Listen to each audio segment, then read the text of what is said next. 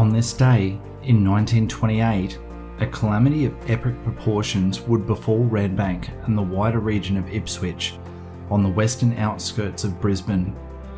A community that prided themselves on hard work within the numerous collieries that dotted the surrounding landscape, mining accidents were an all too present concern. However, the incident that occurred on this day would rank highly on the list of disasters felt acutely by those working in the local industry. When it comes to coal mining in southeast Queensland, exploration and observation of viable sources date all the way back to the fledgling days of the new colony north of Sydney.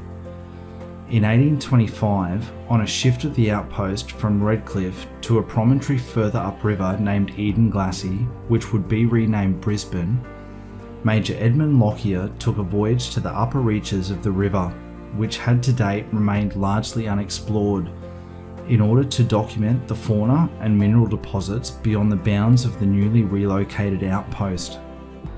Endeavouring to document all that he saw, Lockyer reported back that a coal seam was observed in the vicinity of current-day Ipswich, becoming the first European to document the valuable resources in the region.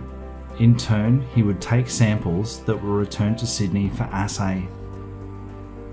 In time, botanists and explorers Alan Cunningham and Charles Fraser, as well as the Moreton Bay Penal Establishment's commandant-cum-explorer Patrick Logan, would report on the value of coal outcrops in the region. After the instigation of Limestone Station, or current-day Ipswich, in 1827 and the region's eventual opening for free settlement in 1842, Queensland's first recorded coal mine would open 1 year later in 1843 at Redbank. Instigated by John Williams to supply coal fuel to the Hunter River Steam Navigation Company further south, the original mine was situated on the riverbank, which aided in expedited shipping. Subsequent mining activity at Redbank into the early 1860s would mark yet another first for Queensland, when miners would stage the first recorded strike in the state's history due to a disagreement over wages. However, on Monday the 23rd of April 1928, unintentional attention came flooding back to the region via the Redbank Colliery Company. Located in the vicinity of the current-day Redbank Plaza, the mine was enjoying a holiday, having ceased work on the main seam 36 hours earlier on the Saturday.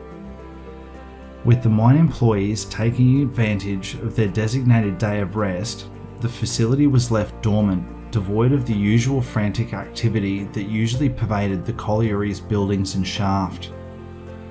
Without the usual throng of miners underfoot to cause distraction, the miner's managing director John Lestrange, the deputy Willem Howell, and the working partner John Marstella took an opportunity to visit the site and examine the mine's two working seams. Arriving at the mine at 7 a.m. in the morning, alongside William Hardy and Tom Doyle, both working partners at the colliery, the three senior men were keen to get to work. The mine's equipment having sat idle for 36 hours, the power switch was thrown to initiate the necessary mechanics, including the main fan that was integral in ventilating the shaft and the working areas from both asphyxiating and flammable gases, and within minutes, the three managers boarded the main shaft cage and descended into the darkness at 7:15. As the remaining skeleton crews stayed above ground to tend the machinery, a deep rumbling was soon heard emanating from the pit head before a massive explosion blew the pit's cage 20 metres into the air and shards of timber over the entire mine site. Plumes of black smoke billowed into the skyline above the facility, and it was immediately clear something had gone horribly wrong. Within 30 minutes, residents and fellow miners descended on the site from all over the district, the explosion having been heard and felt for miles around. Within 2 hours, the mine's rescue brigade arrived, by which time the shaft had been partially cleared by volunteers and the rescue operation was begun. By early afternoon, the body of the mine's manager, John Lestrange, was found lying on the ground along the middle seam, with the 2 remaining men found 160 yards along the upper seam some distance away a few hours later.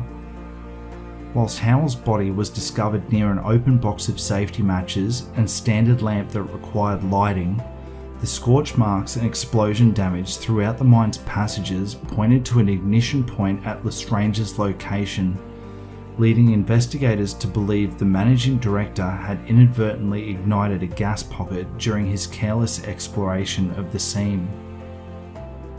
It would be determined at the subsequent inquiry into the accident that had the ventilation fan been turned on at midnight before entry to vent any potential flammable gases, including a morning pre-entry fire safety inspection by the deputy, as was stipulated by mining safety regulations, the deaths of 3 well-respected men may have been avoided.